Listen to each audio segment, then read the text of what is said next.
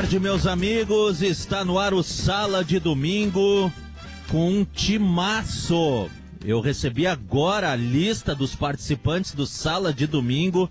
Olha, que timaço para debater muita coisa interessante. Primeiro, o Inter na liderança do Campeonato Brasileiro depois da vitória de 1-0 diante do Galo Mineiro. Também projetarmos em seguida o jogo do Grêmio contra o Vasco da Gama. Os invictos, né? O Vasco com 3 jogos, 3 vitórias. O Grêmio tá invicto na competição, só que vem de 3 empates. E também, obviamente, vamos falar do duelo Neymar-Lewandowski, Lewandowski-Neymar, Bayern de Munique e PSG. Para um time de peso, de debatedores, patrocinadores de peso. Unimed Porto Alegre, conheça meu médico online, a telemedicina da Unimed Porto Alegre. Primeiro, patrocinador de peso. Segundo, Calçados Pegada. Conquistar vem de dentro. Calçados Pegada, a marca da conquista. Santa Massa, farofa Santa Massa, um toque divino de sabor para a sua mesa. Experimente. Eu tenho certeza que neste exato momento milhares de pessoas estão comendo aquele churrasquinho com farofa Santa Massa. Rede de Farmácia São João, cuidar da sua saúde é nossa missão. Steel, com você no campo e no jardim. E para completar, o nosso timaço de patrocinadores do Sala de Domingo, São José Industrial, alta performance no campo a preço justo. Eu que me tornei um homem do campo também, José Alberto Andrade, estava te ouvindo ontem, tô de olho também nessa história aí da roçadeira para trabalhar com eficiência e produzir nos dias de folga também, meu amigo José Alberto Andrade. Tudo bom, Colin? Olha, a roçadeira da São José Industrial é um negócio interessante, assim, e claro, pode ser para grandes áreas, mas também para uma área pequena também dá para fazer, e tem uma série de produtos ali, a carreta, os arados, as grades também para lavoura. Olha, eu fui direto no cardápio e gostei, viu? Tal qual o cardápio do Zé. É isso aí, ó, outro programa de extrema qualidade. E aí, Zé, teu destaque? Poxa... Vou pegar um destaque de agora, do destaque do momento, lembra? Que é o seguinte, terminou o jogo do Flamengo, o 1-1.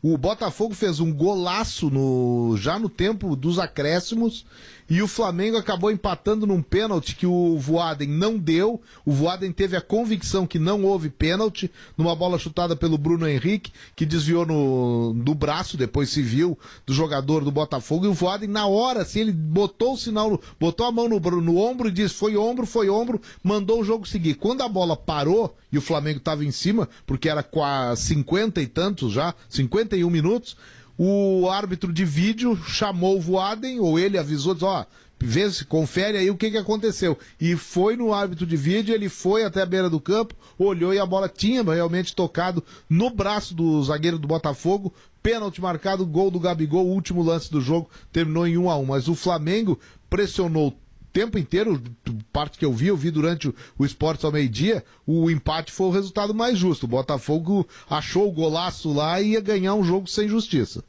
Agora, o empatezinho no final de pênalti, a gente já viu esse filme, né? É verdade, bem lembrado, Cole, bem lembrado do meio da semana, o que aconteceu com o Flamengo. A novidade hoje é que teve discussão entre jogadores durante o primeiro tempo, teve um lance ali em que o Voaden acho que ficou de olho para ver se não tinha uma coisa mais complicada, que ele pudesse até advertir os atletas do Flamengo. Olha aí, ó. Colin. Rodrigo Oliveira, boa tarde, Rodrigo. Boa tarde, Colin. Perdão aí por interromper o protocolo já em meio à apresentação dos convidados, mas eu não me contive, porque... Mas essa era a sequência. Esse teu papo com o Zé Alberto me deu uma oportunidade para colocar algo que eu estava refletindo já há alguns dias e gostaria de compartilhar com todos, da, entre aspas, mesa. Entre aspas, porque nós estamos em teletrabalho, né, Colin? Como a perda do Jorge Jesus gerou um ambiente de instabilidade no Flamengo. Parece que além de um grande técnico, o Flamengo perdeu a sua liderança, a sua referência. E esse vácuo ainda não foi preenchido. Porque, além de o Flamengo se desarrumar taticamente, aconteceram coisas no Flamengo que não ocorriam com o Jesus. Por exemplo, jogadores acima do peso. Algumas rodadas a TV mostrou o Gabigol sem camisa e não era um shape de atleta profissional, né? Colhe muito pelo contrário. Agora ocorre essa discussão, essa tensão entre os jogadores da mesma equipe dentro de campo. Parece que o trem está se descarrilhando e o Domenech Torrente ainda não conseguiu assumir as rédeas para colocar o Flamengo no rumo, Colin. É a impressão que passa realmente. Leonardo Oliveira, mais um do timaço de debatedores hoje do Sala de Domingo. Boa tarde, Léo. Boa tarde, Colin. Boa tarde aos ouvintes, a turma que está na mesa. É um domingo em que o Inter olha o jogo do Grêmio e daqui a pouco dá uma torcidinha ali, pelo menos por um empate, né? Ou quem sabe até uma vitória do Grêmio, porque isso significa a liderança para o Inter. E para o Grêmio é um jogo da recuperação. O Grêmio precisa entrar de fato no Brasileirão, o Grêmio precisa engrenar no Brasileirão, sob pena de ficar muito distanciado. E agora é o momento de fazer gordura, porque depois começa Libertadores, Copa do Brasil, e aí se torna mais complicado. Então é um jogo fundamental para o Grêmio e o Renato, por isso, escala titulares. Daqui a pouco tem Eduardo Gabardo conosco também, no Sala de Domingo. Bom, vamos falar do jogo do Inter, vamos falar do jogo do Grêmio, vamos falar da Champions. Já iniciamos aí debatendo essas questões importantes do Flamengo e eu proponho para vocês, então, começarmos pela liderança do Inter no Campeonato Brasileiro e a vitória ontem de 1-0 diante do Galo Mineiro. Quem começa? E eu pergunto, o desempenho foi satisfatório ou não, afinal? Não. Mas foi satisfatória a vitória, que é o que importa. Acho que o Inter, Colin, teve um desempenho excelente nos primeiros 10 ou 15 minutos, abriu o placar. Depois, quando o Atlético teve uma postura mais ofensiva, o Inter diminuiu o ritmo e não retomou esse ritmo até o final do jogo. Mas, no Campeonato Brasileiro, isso é normal. Isso vai acontecer muitas vezes. Tem que ganhar mesmo quando não se joga tão bem. E o Inter conseguiu fazer isso ontem, conseguiu sofrer o jogo. Acredito que o contexto do jogo foi satisfatório, o resultado foi satisfatório, a atuação não foi tão satisfatória assim, mas pouco importa. Os 3 pontos valeram tudo. Zé, Léo. Eu acho, sabe que eu vi o engraçado, tá ouvindo o Pedro agora, o Pedro fazendo alguns reparos à atuação do Kudê. Eu até acho que o Inter recuou demais, deu uma chance do Atlético tomar território no segundo tempo, mas à medida em que eu vou pela justificativa do técnico, à medida que o Atlético criou poucas chances de gol, ou só uma ou duas no máximo, chance mesmo, nenhuma chance de finalização daquela assim, que o cara tá na cara do gol, teve aquela que o Zé Gabriel tirou de cima da linha, eu vejo como justificada pelo resultado as medidas que o Kudê tomou. E eu, nesse ponto, eu valorizo muito o técnico. Eu não gosto do técnico inventor, acho que ninguém gosta daquele que inventa. E o Kudê, ele tá mostrando que ele sabe bem o limite entre a improvisação, a estratégia de momento e a invenção. Eu cheguei a temer quando ele botou o Zé Gabriel de titular da defesa, abrindo mão do Rodrigo Moledo, quando o Bruno Fux foi retirado para ser vendido. Eu achei que ele estava muito próximo da invenção. Hoje eu me rendo, vejo que a invenção ou a opção dele foi muito melhor do que o que ele tinha. O Bruno Fux não deixou saudade nenhuma nos 3 primeiros jogos do Zé Gabriel. Pelo menos esse é o meu pensamento. E eu achei que o Kudê ontem se adaptou a um jogo em que o time dele tinha inferioridade, tem algumas carências a mais em relação ao time do Sampaoli. O Inter não jogou como pequeno, mas ele jogou dentro daquilo que são suas possibilidades e tirou um baita resultado, o melhor possível, uma vitória, mas a partir de uma estratégia que no primeiro tempo o Inter se dispôs a buscar o resultado e buscou, e no segundo tempo ele se viu talvez um tanto intimidado de sair pro ataque, podia levar o gol de empate. Eu acho que foi uma vitória do Eduardo Cudê dentro dessa variável que tem. Eu gosto do técnico quando ele se reinventa dentro dos jogos. Reinventa e não inventa. Boa. Foi um jogo que talvez pro telespectador, para quem estava ouvindo, foi um jogo que plasticamente ele não foi um jogo atraente. Mas para quem curte estratégia, para quem curte duelo tático, foi um banquete, né? Porque o duelo que o Eduardo Cudê e o Sampaoli travaram ontem foi algo de mostrar em curso de técnico, né? Porque cada movimento tinha uma resposta e o Eduardo Cudê, que é cria do Sampaoli, tanto é que ele muitas vezes pediu para o Sampaoli para acompanhar treinos. A carreira do Eduardo Cudê é muito curta, ela começou em 2014 no Rosário Central. E o São Paulo já tem muita estrada, né? O São Paulo enfrentou o Inter pelo Emelec ainda, lá atrás, numa das Libertadores, tantas que o Inter pegou o Emelec. Mas foi um duelo tático, né? E o Inter conseguiu um gol com uma infiltração numa linha de 5 do Atlético. O Atlético usou linha de 5. E a partir daí o Atlético, que tem mais qualidade, o Zé flagra bem, o Atlético tem mais recursos, o Atlético tem mais alternâncias. E o Inter recua não por estratégia, porque o adversário tinha reposição e foi trocando e empurrou o Inter para trás. E aí ficou muito evidente e muito explícito que o Inter carece muito de um centroavante como o Paulo Guerreiro, ou como um centroavante de referência para segurar a bola. Porque o Thiago Galhardo não é esse jogador, o Marcos Guilherme, que seria o segundo atacante, ele não consegue se completar, ele não se encontrou ainda. E aí o Atlético empurrou o Inter. E aí, a partir disso, travou-se esse jogo de xadrez, que foi um banquete no sábado à noite. Eu gostei muito de ver, eu tô com o Zé, foi uma vitória do técnico. Porque o Inter hoje, ele tem um grupo reduzido, ele tem bem menos poder técnico do que o Atlético Mineiro. Né? E o Atlético não engrenou ainda. Desde o início, desde antes do campeonato, eu aponto o Atlético como grande favorito ao Brasileirão. Porque o Atlético tem recursos, o Atlético tem grupo, e o Atlético vai ter tempo, né? Vai ter semanas livres que os outros não terão. E o Inter não vai ter não é privilégio, é porque tá jogando menos competições, né? Mas o Inter vai ter fôlego para aguentar esse ritmo aí? Ô, Colin. Oi, Labardo. Tudo bem? Boa tarde, Colin. Um abraço para todos aí. Boa tarde. Deixa eu aproveitar esse gancho, já que vocês estão falando da vitória do Inter, para dar minha opinião sobre a vitória do Inter e a situação no Campeonato Brasileiro. Olha, eu acho que, primeiro ponto, concordo com tudo que foi falado sobre o desempenho no jogo de ontem, a estratégia, e o Inter tem que comemorar muito esta vitória e a liderança do Campeonato Brasileiro.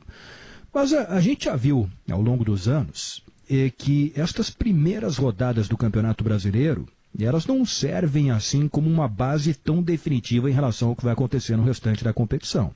Se pegar no ano passado, ali pela 12ª rodada, se imaginava que o Palmeiras, pelo fato de ter disparado, seria o campeão brasileiro.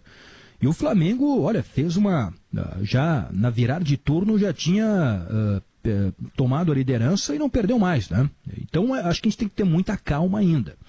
Sobre essa questão de grupo, olha, me parece que o Inter, se ele não se reforçar, o Inter não vai ter condições de sustentar uma campanha de liderança de Campeonato Brasileiro. E é por isso que a direção está trabalhando muito para contratar um centroavante. O Inter vai ter que buscar algumas peças ainda para que possa ter condições de sustentar esta campanha ao longo da competição. Se pegar agora, com 5 rodadas, lembrando que alguns times jogaram apenas 3 vezes, o Inter é o primeiro colocado, o Vasco é o segundo, o Atlético Mineiro é o terceiro, o Bahia é o quarto, o Santos é o quinto e o Fluminense é o sexto. Não vejo aqui... o Inter pode ser candidato, o Vasco não é candidato, o Atlético Mineiro é candidato, o Bahia não é, o Santos não é, o Fluminense não é.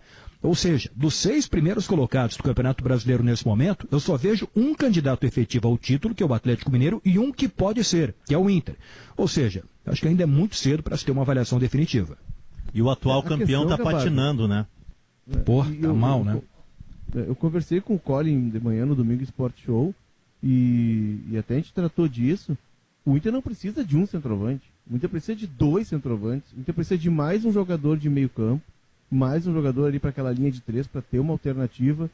E o Inter precisa de mais um lateral esquerdo. Até, quem sabe, para disputar a posição com o Moisés, um jogador que tem aquela potência do Moisés, mas também entregue um pouco mais tecnicamente. Aí eu acho que o Inter se torna competitivo para brigar no alto, né, para brigar pelo título. Senão o Inter vai, com esse grupo ajustado, o Inter está muito no limite.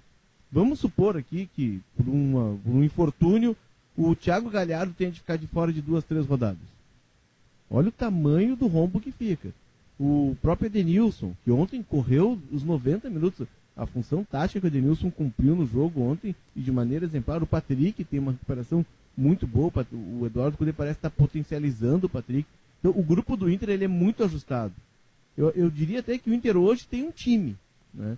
Precisa de reposição esse time, porque os meninos entram, mas ainda são meninos, recentes. O Praxedes foi bem, né, Zé, contra o Curitiba, depois sentiu um pouco, é menino, ele vai oscilar. Eu acho que a gente pode. Eu acho que a gente pode até pegar. Vamos pegar o banco do Inter ontem. Para sustentar isso aí que tu tá dizendo com o que eu concordo. O banco do Inter tinha o Danilo Fernandes, é verdade. Tinha o Rodinei para lateral direita.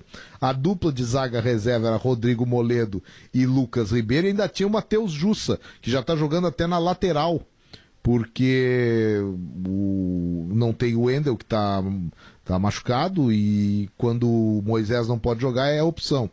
Daí tinha Musto, que entrou, o Johnny, o Praxedes, Sarrafiore estava no banco ontem, o D'Alessandro, o Yuri Alberto e o Peglo. Esse era o banco do Inter ontem no jogo contra o Atlético Mineiro.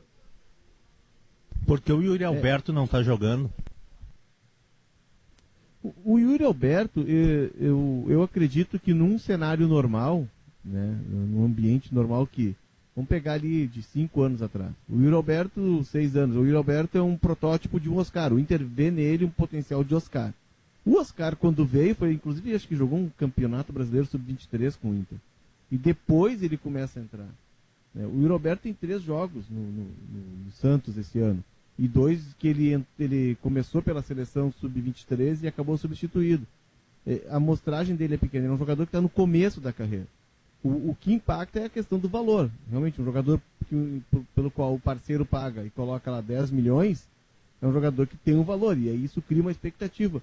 Mas eu acho que é muito prematuro para lançá-lo ainda, até porque ele vai ter de entrar e vai ter de resolver um problema que era cumprir a meta de gols do Guerreiro, né? E a média de gols do Guerreiro. Então eu não vejo ele ainda como um jogador pronto. É um risco muito alto de colocar um jogador que tem um potencial, pelo qual se pagou muito, e daqui a pouco queimá-lo, porque a torcida espera, pelo valor que foi pago por ele, que ele entre e dê uma resposta imediata. E vendo o Yuri Alberto, vendo o histórico recente dele no Santos, ele não está pronto ainda para isso. Eu acho que a resposta do Eduardo Cudê, ontem na entrevista coletiva, foi muito clara, né? Ele chegou a falar que, isso que o Léo falou, né? Que o Yuri Alberto, um jogador que tem apenas 3 jogos de Série A na sua carreira, e que ainda precisa de tempo de adaptação para entender o sistema de jogo do Inter, e por isso o Peglo está na frente dele. Eu acho que ficou muito claro que, na opinião do técnico, o Yuri Alberto não é um jogador para agora. Ele até pode ser aproveitado eventualmente, mas assim, em termos de titularidade, não. Isso não está sendo cogitado no momento. É uma contratação importante, uma contratação cara, mas acho que está ficando, né, nítido que isso é para o futuro, né? A longo prazo. O Inter está pensando a longo prazo com esse jogador. Agora, Colin, amigos, O problema do Yuri Alberto é que ele jogou poucas vezes como profissional numa equipe titular. O problema do William Potker é que ele jogou muitas vezes no Inter nos últimos tempos e não conseguiu fazer. E mais do que isso, com o Peglo, eu acho que aí há quase um equilíbrio, até pelo conhecimento que o Peglo já tem do grupo. O Peglo é jogador formado no Inter e já com mais experiência do que o Yuri Alberto que está chegando. Mas a questão de posicionamento, me parece que o Yuri Alberto é um jogador que ele está mais próximo por características da solução. Então eu não estou pregando aqui que ele seja o titular imediato na saída do Guerreiro. Agora, que uma experimentação dele na posição que é dele, ele é mais centroavante do que qualquer um dos outros que tem no grupo do Inter, mas não tem rodagem. Ora, vamos experimentá-lo um pouco mais. Eu acho que o jogo contra o Atlético Goianiense, para mim, foi mais emblemático do que o de ontem, que era ontem era o Atlético Mineiro, uma situação totalmente diferente. Então eu não notei entusiasmo no treinador e tô cada vez, sei lá, tomara pro bem do Inter, sei lá, que o Yuri Alberto não tenha sido uma negociação, um negócio e não uma reposição. Eu não sei se ele passou, pela maneira como o Cudê tá falando, eu não notei empolgação do Cudê nem pro futuro do Yuri Alberto. Tá me parecendo um negócio aquele que foi feito mais em função do investidor do que do clube. Eu quero pegar emprestado uma tese de José Alberto Andrade, que o Zé fez na sexta-feira pro Grêmio, e eu acho que se aplica agora ao Inter, embora possa se aplicar ao Grêmio também. Zé, tu escreveu na tua coluna digital em Gaúcha ZH o seguinte: o Grêmio já ganhou títulos sem centroavante e precisa saber jogar assim. Ou seja, o Diego Souza tá fora, não tem centroavante, que jogue sem centroavante, como deu certo em 2016. Pro Inter, eu acho que vale a mesma coisa. O Inter perdeu o Guerreiro e não tem outro centroavante no grupo.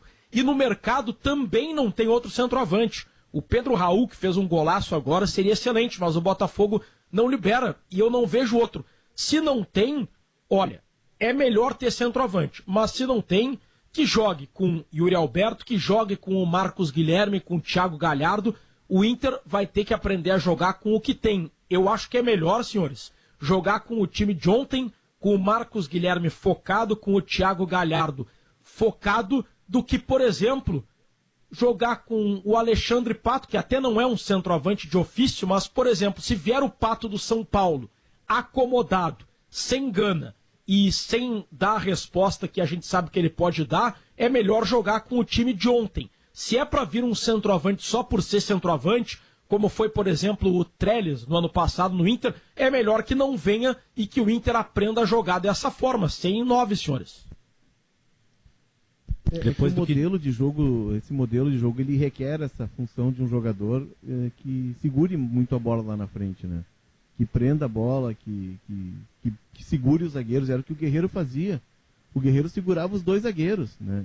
E aí tu começa a ter uma superioridade numérica. E o Thiago Galhardo ontem estava completamente deslocado naquela função. E o Galhardo, ele saiu extenuado de campo, né? Aquela arrancada em que o Inter quase faz o segundo gol, ele não consegue completar o lance, né? Faltou oxigênio, e ele pede substituição, porque estava extenuado. Tem alguns jogadores que o Inter precisa acender o alerta, porque são jogadores que estão sendo exigidos ao limite, ao extremo, como Edenilson, como o Galhardo. Me pareceu que ele não tem essa característica. E o Marcos Guilherme, embora tenha rodagem, tenha experiência, esse é um jogador que não encontrou ainda o lugar dele no Inter.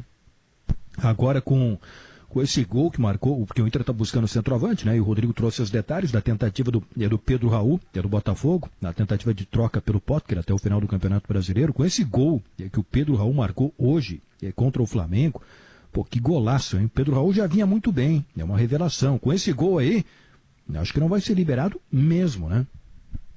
É verdade. Difícil o Botafogo liberar. Pessoal, sobre fala, o Pato. Zé. Sobre o Pato. Recebi agora uma mensagem lá de São Paulo. Colega de São Paulo dizendo: olha, não vejo nenhuma chance do Pato trocar São Paulo por Porto Alegre.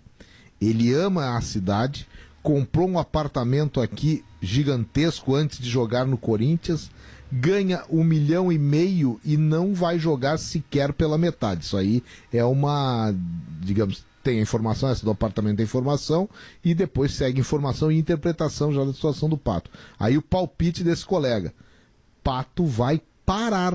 Olha só, o palpite dele, a hipótese que ele levanta, não é dele não vir pro Inter, é ele parar de jogar. E realmente, a saída do Pato de São Paulo, quando o Rodrigo Caetano ontem falou nos vínculos emocionais que ele tem com o São Paulo, eu disse: olha, eu acho que não é com o São Paulo, é com a cidade de São Paulo. Agora é que eu recebi essa mensagem. Eu acho que é com o lugar. O Pato está num novo habitat para ele e que é muito difícil tirá-lo. Não é só a questão do dinheiro, e isso que o dinheiro é bem menos do que é oferecido do que ele ganha ou ganhava no São Paulo até agora. Então, acho que está por aí a quase que impossibilidade de Alexandre Pato voltar ao Inter. O Pato não quer fazer sacrifícios, né? O Pato, ele fica muito claro isso, que na verdade o futebol é um meio que ele tem para se manter, para ter uma renda que também não faz muita falta para ele, mas a gente não vê no Pato aquela paixão pelo futebol. O Pato não é um atleta, ele não tem senso de competição, ele não tem espírito de competição. A gente não percebe isso no Pato. Tem muitos jogadores que mesmo estabelecidos, mesmo bilionários, eles seguem jogando pelo vício da competição. Porque o atleta, vamos pegar o caso do Pato, que chegou no Inter com 11 anos, ele compete desde os 11 anos. E o Pato perdeu isso. E não foi hoje, não foi agora, já faz algum tempo, acho que desde a saída dele do Milan. Então o futebol para ele é um emprego. O futebol para ele é um emprego, é o que banca a vida que ele quer ter, e não é uma vida barata, né? E outra, Porto Alegre é pequeno para as pretensões do Pato de ser celebridade, né? São Paulo oferece uma gama de alternativas que Porto Alegre não oferece. Eu não sei se o Pato quer passar esse sacrifício. Acho que o informante do Zé pega muito bem. O Pato não quer passar trabalho. E o futebol requer isso, o futebol exige isso. Então eu acho que a circunstância está ajudando muito o Inter. Eu acho que o acaso está ajudando o Inter de escapar do que eu considero uma roubada. Eu não vejo no Pato desejo, vontade de dar uma resposta, de jogar uma Copa do Mundo. O Guerreiro veio para o Inter e foi um negócio que o Inter fez depois dele ter a questão do doping, mas o Guerreiro tem um objetivo na vida, ele quer jogar mais uma Copa do Mundo, com 36 anos, ele quer competir. E a gente não vê o Pato pensando, eu vou encerrar minha carreira jogando a Copa 2022. Não tem isso. É incrível, né?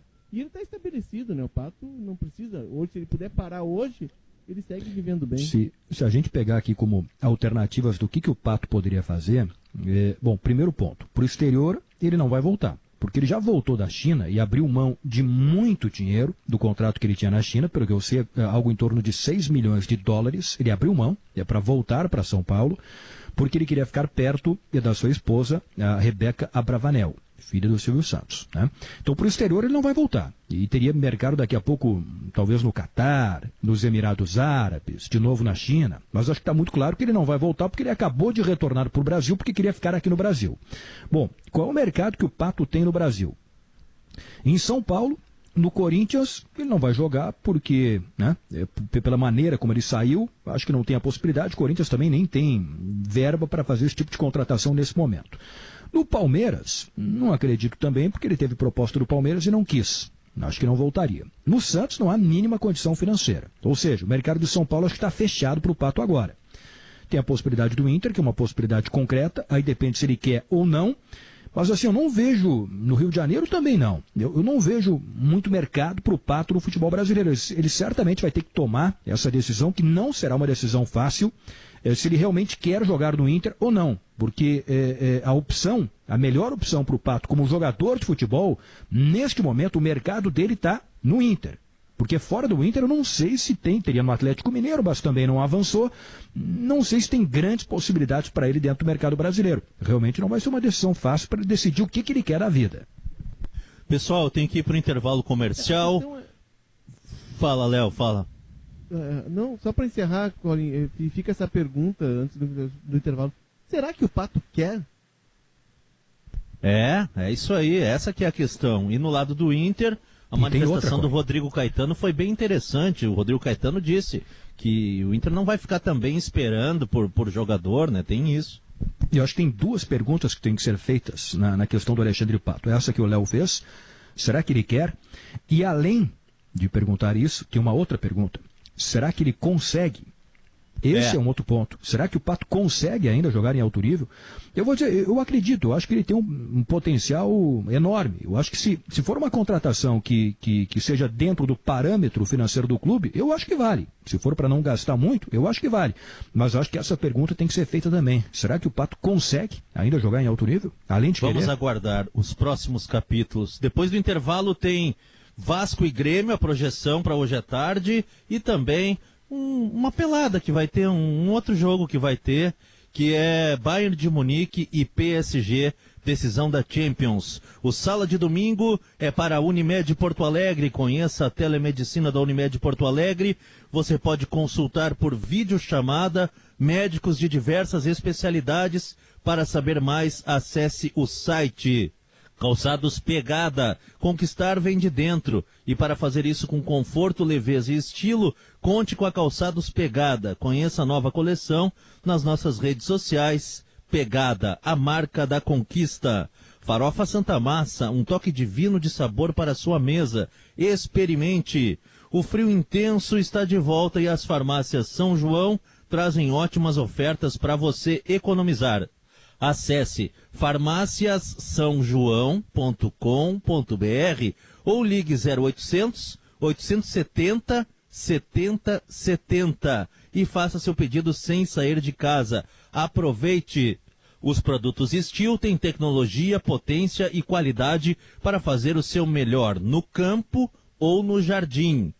Agosto da revenda. Visite uma revenda parceira e peça o seu desconto. São José Industrial, alta performance no campo.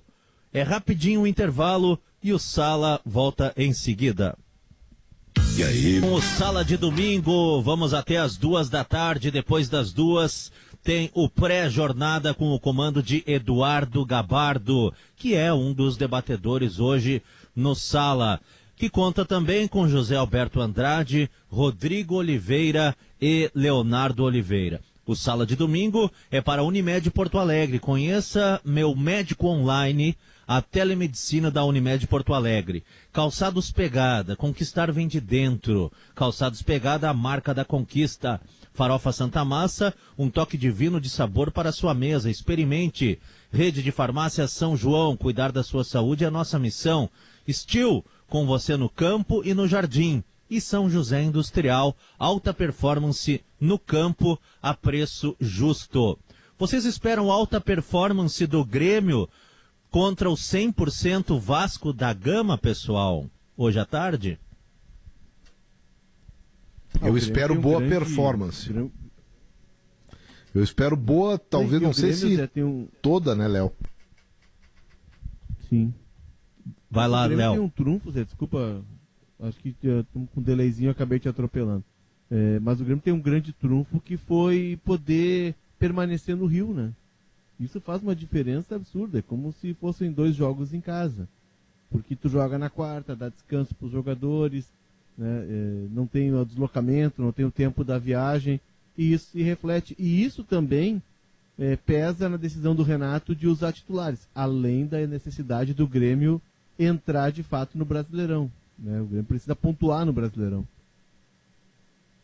Eu vejo o Vasco, o Colin, eu pegar aquele jogo do Vasco São Paulo, que o Fernando Diniz foi muito criticado naquele jogo, aliás, convencendo. Mas aquele jogo, o São Paulo teve um volume de jogo superior ao Vasco.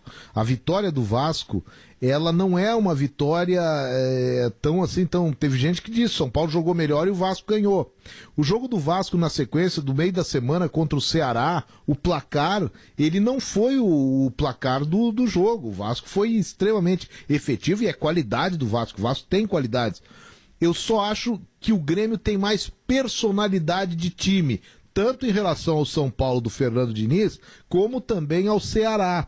E o Grêmio pode chegar e impor ao Vasco, se jogar da sua maneira, tentando fazer o que o Grêmio sabe fazer, o que fez até contra Corinthians e contra Flamengo, mesmo quando não ganhou o jogo. Se o Grêmio repetir o jogo contra o Flamengo, eu acho que é possível ganhar do Vasco no São Januário sem nenhum problema. Dá para ganhar, claro, não estou prevendo aqui um placar elástico, mas não. A personalidade do Grêmio nessa hora e o próprio fato de ter visto que o Vasco é um time muito organizado, ambicioso, no ponto de vista, é muito unido, é comovente ver o Vasco jogar. Aquele time que não era cotado para coisa nenhuma e que chega no campeonato e faz resultados de vitória e hoje é o líder por aproveitamento da competição. Então tem muitos méritos o Ramon no trabalho que está sendo feito. O Cano para mim, a revelação do campeonato até agora é o German Cano.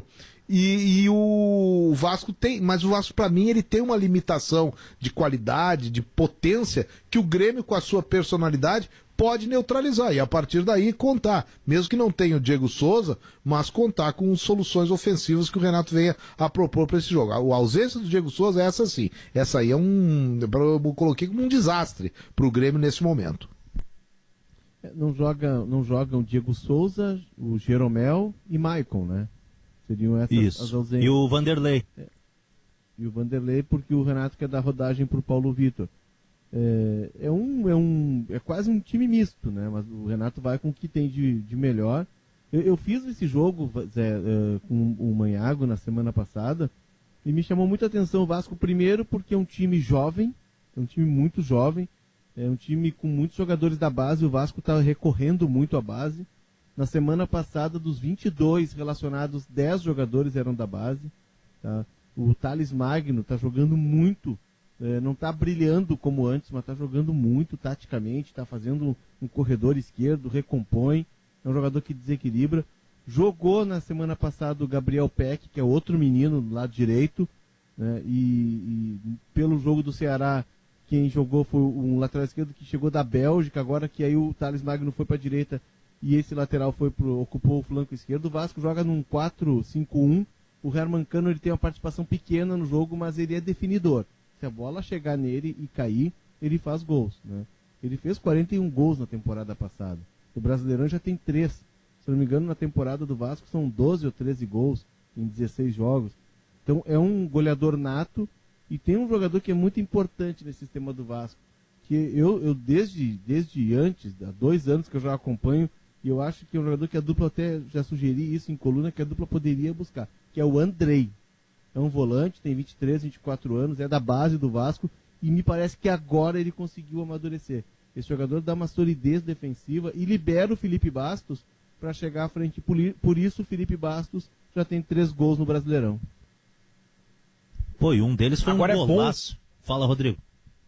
Sabe, Colin, que não analisando o jogo de hoje, mas analisando o contexto do futebol, eu fico satisfeito em ver o Vasco melhor estruturado, ou pelo menos tendo método no aproveitamento da base e no garimpo de jogadores como o Herman Cano, por exemplo, que não era uma contratação óbvia e está se mostrando talvez uma das principais contratações de um clube brasileiro nessa temporada, no quesito custo-benefício. Porque o Vasco, por muito tempo, foi entregue ao amadorismo ou a desmandos, acabou se comprometendo financeiramente, caindo para a segunda divisão mais de uma vez.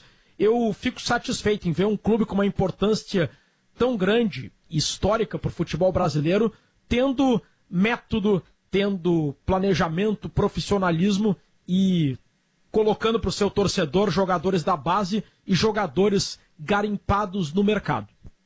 Eu acho que o jogo de hoje não vai ser fácil para o Grêmio, né? Não vai ser fácil, mas eu acho que, pelo menos para mim, é muito claro que o Grêmio tem, mesmo com os desfalques, um time superior ao do Vasco. Olha a curiosidade, Colin, quem poderia imaginar, repetindo que é muito cedo, o campeonato recém começou, mas sim, quem poderia imaginar que Vasco, Fluminense e Botafogo, os 3, estariam à frente do Flamengo? Os 3 que em condições normais, pelas dificuldades que enfrentaram no último ano, poderiam largar lá embaixo lutando contra o rebaixamento, mas não, os 3 estão na frente do Flamengo. Acho que o Vasco não vai muito longe. Mesmo com 3 vitórias consecutivas, acho que o Vasco está fazendo uma gordura importante no começo do campeonato, para daqui a pouco não correr risco lá na frente, porque vai ser muito difícil manter esta campanha com as dificuldades financeiras e de grupo que o Vasco tem. Muito difícil mesmo. De qualquer maneira, não será um jogo fácil para o Grêmio, mas acredito que é possível ganhar lá, porque o Grêmio, repito, mesmo com os desfalques, tem mais time que o Vasco. Quem diria, hein? O Flamengo é o pior carioca no Campeonato Brasileiro. E hoje quase perdeu pro Botafogo. Eu vou pedir de volta o que eu emprestei pro Rodrigo, que foi a citação, aquela da minha coluna, em que falava que o Renato tem que achar soluções para não ter centroavante. E que valeu pro Inter. A observação do Rodrigo é pertinente. O Inter tem que ir por esse caminho. Cabe aos técnicos buscar soluções quando não se tem a mão de obra necessária para fazer determinadas funções. E eu tenho gostado, eu não sei vocês, porque a falta de convivência física também impede a gente de fazer o papo aquele do bar, né? Que é o seguinte, eu tenho gostado muito, o Renato visivelmente, ele já tinha tentado até com o Everton ainda fazer algumas inversões, Everton e Alisson.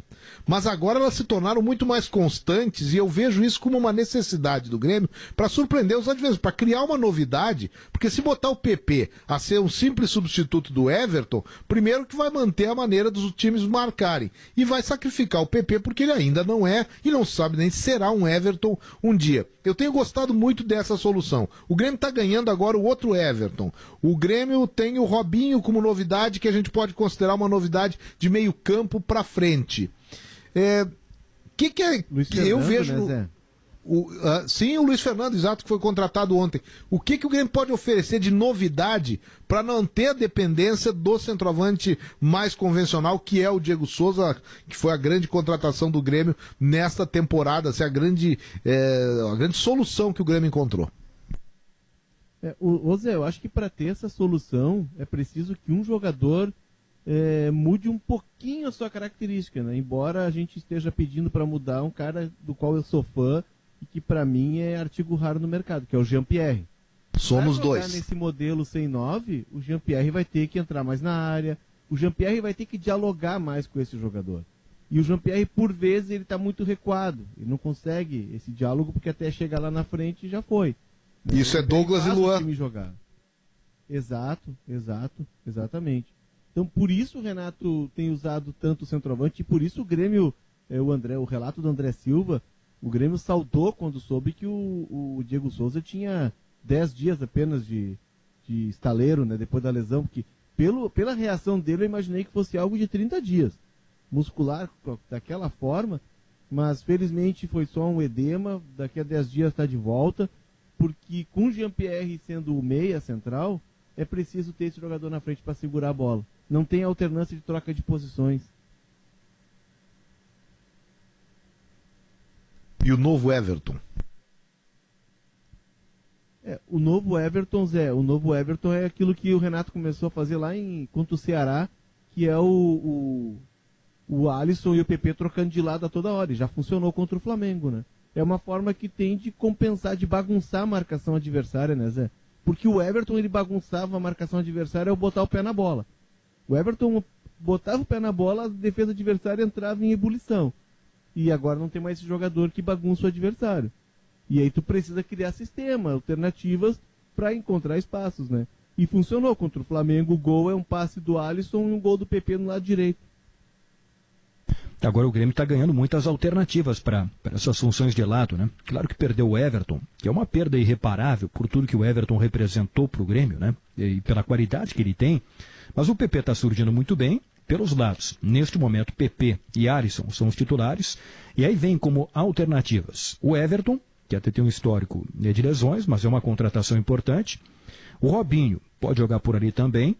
Tem o Luiz Fernando, que é uma nova alternativa, que foi contratado. E além disso, o Grêmio muito provavelmente na semana que vem terá o Ferreira, que está acertando a renovação de contrato. E foi uma reviravolta surpreendente depois de tudo que aconteceu, mas acho que o fato da saída do Everton ter sido confirmada acabou mudando, né, o que o Grêmio pensa, né? E justamente por isso o Ferreira está tendo o seu contrato renovado. E acho que é uma medida importante, acho que é um jogador que pode contribuir e que vai jogar, porque com esta sequência de partidas e a informação que a gente trazia durante a semana e debatia, né? Tem que pensar lá na frente, o Campeonato Brasileiro vai terminar e 4 dias depois, em 2021, vai começar o Campeonato Gaúcho.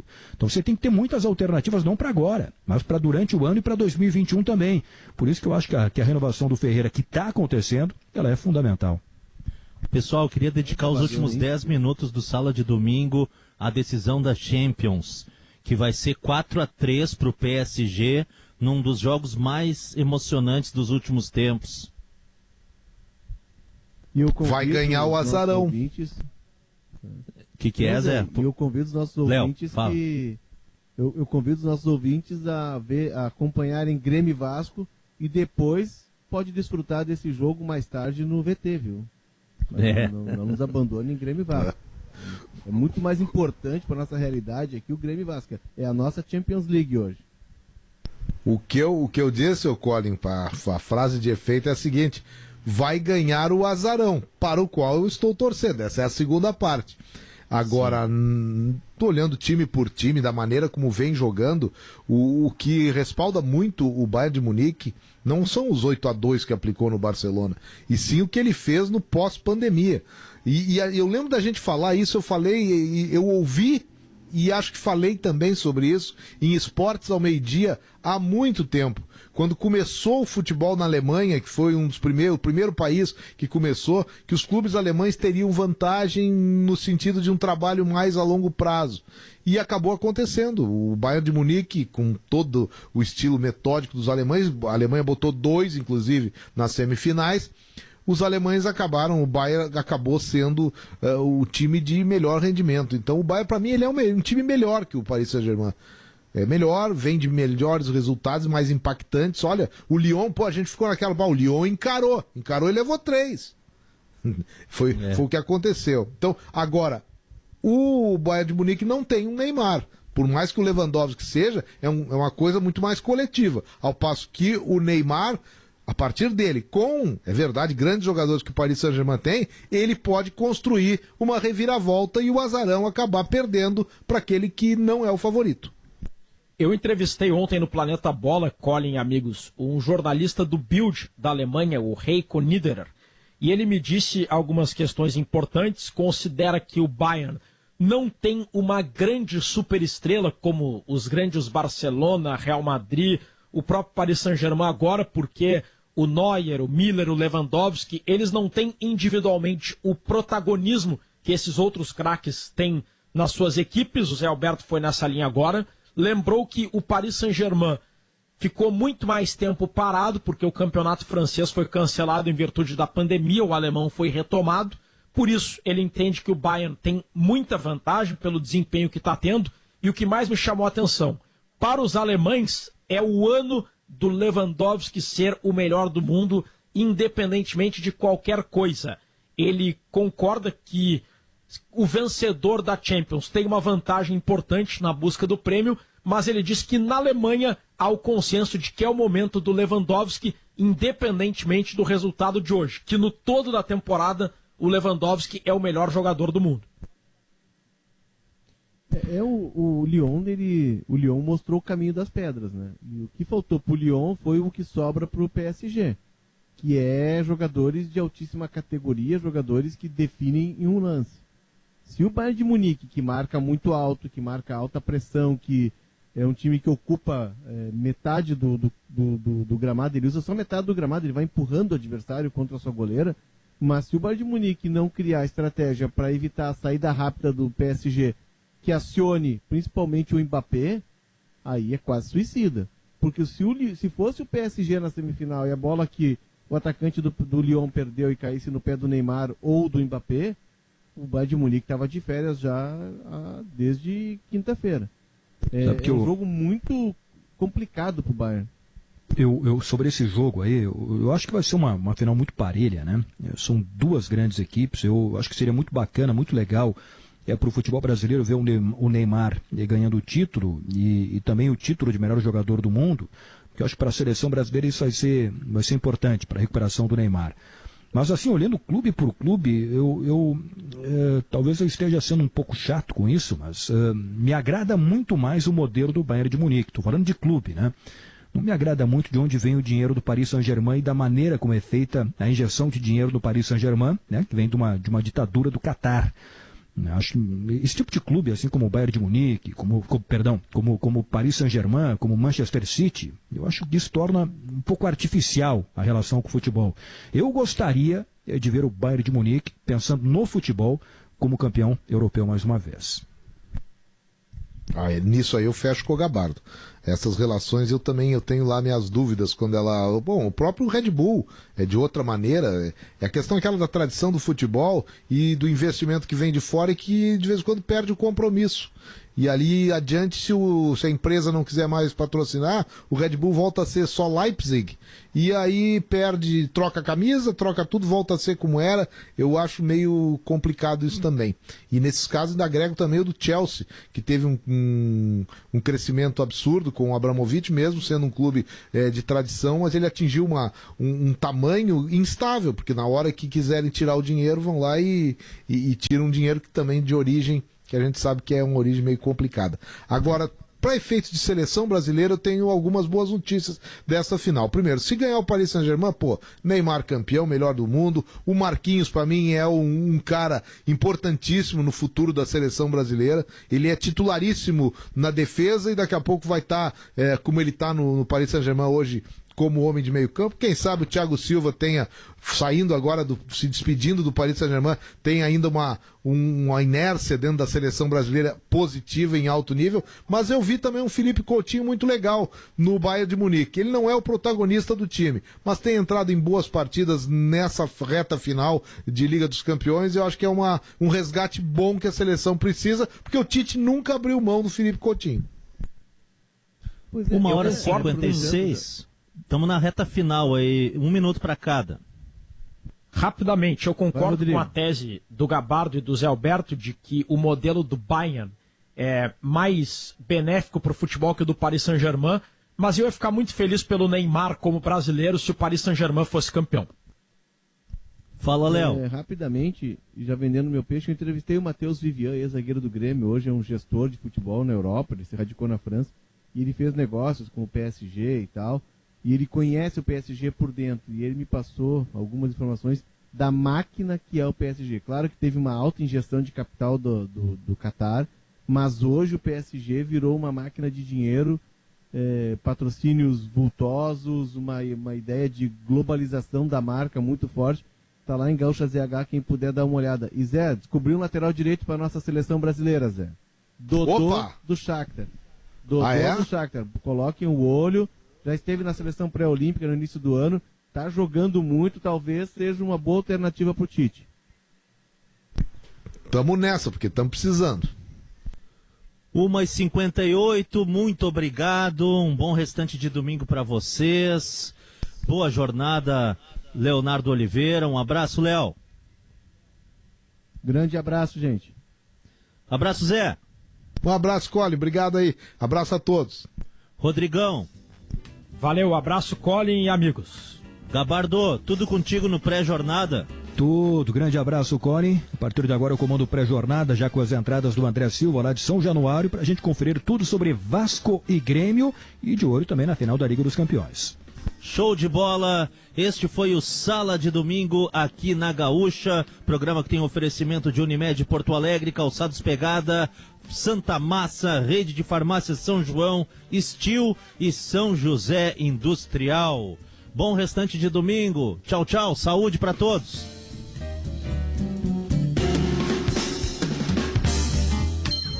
Sala de Domingo.